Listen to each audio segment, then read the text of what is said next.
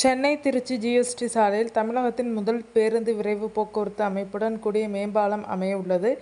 ID நிறுவனங்கள், உற்பத்தி நிறுவனங்கள், குடியிருப்பு வளாகங்கள் என ஜிஎஸ்டி சாலையை ஒட்டி மிகப்பெரிய வளர்ச்சி ஏற்பட்டுள்ளது. இதன் விளைவாக போக்குவரத்து நெரிசல் ஏற்பட்டுள்ளது. சென்னையிலிருந்து மதுரை, திருச்சி, தஞ்சாவூர், திருநெல்வேலி உள்ளிட்ட தென் மாவட்டங்களுக்கு செல்வோர் கட்டாயம் கடந்து செல்ல வேண்டிய வாயில் இது. குறிப்பாக பண்டிகை காலங்களில் வாயலூர், செங்கல்பட்டு, ஊரப்பாக்கம், மாமல்லபுரம் சந்திப்புகளில் கிலோமீட்டர் கணக்கில் வாகனங்கள் நெரிசலில் சிக்கி நிற்கும்.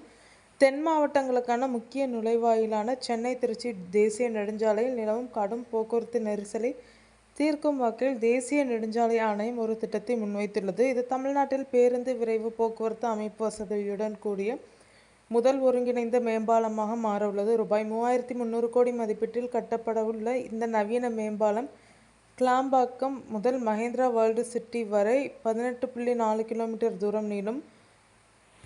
அரசின் விரிவான ஆய்வுக்கு பிறகு மேம்பாலத்தின் அகலம் முதலில் திட்டமிடப்பட்ட 25 மீட்டரிலிருந்து 29 மீட்டராக விரிவுபடுத்தப்பட்டுள்ளது. மேம்பாலத்தின் இருபுறமும் கூடுதல் லேன்கள் அமைக்கப்படும். இந்த கூடுதல் பாதைகள் இரட்டை நோக்கத்துடன் வடிவமைக்கப்பட்டுள்ளன. அவசர கால சூழ்நிலைகளில் வாகனங்களை ஓரமாக நகர்த்தி போக்குவரத்தை சீராக நிர்வகிக்க உதவும். அதே நேரத்தில் இவை பேருந்து விரைவு போக்குவரத்து அமைப்புக்கான தனிப்பட்ட பாதைகளாகவும் செயல்படும். பயணிகள் சுலபமாக மேம்பாலத்தை அடையும் வகையில் ஒவ்வொரு 2 கிலோமீட்டர் இடைவெளியிலும் லிப்ட் வசதிகள் அமைக்கப்படும் என தேசிய நெடுஞ்சாலை அதிகாரிகள் அறிவித்துள்ளனர். சென்னை திருச்சி நெடுஞ்சாலையின் மையப்பகுதியில் உருவாகும் இந்த மேம்பாலம் தற்போது இப்பகுதியில் அடையாளம் காணப்பட்டுள்ள 14 விபத்து அடிக்கடி நிகழும் புள்ளிகளில் விபத்துகளின் எண்ணிக்கையை கணிசமாக குறைக்கும் என எதிர்பார்க்கப்படுகிறது. உள்ளூர் போக்குவரத்தும் அதிவேக நெடுஞ்சாலை போக்குவரத்தும் தனித்தனியாக பிரிக்கப்படுவதால் குறிப்பாக பண்டிகை காலங்களில் ஏற்படும் கடுமையான நெரிசல் வெகுவாக குறையும். இந்த மேம்பாலம் சிங்கப்பெருமாள் கோவில் அருகே அமைய உள்ள சென்னை புறநகர் வலய சாலையுடன் இணைக்கப்படும். மேலும் ஐயஞ்சேரி மற்றும்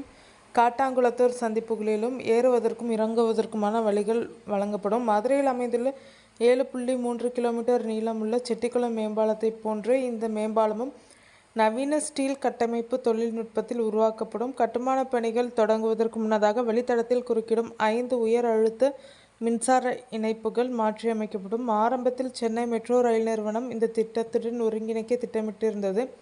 எனினும் பொருளாதார ரீதியாக சாத்தியமில்லை என்ற காரணத்தால் அவர்கள் தனி திட்டமாக முன்னெடுக்க முடிவு செய்துள்ளனர்.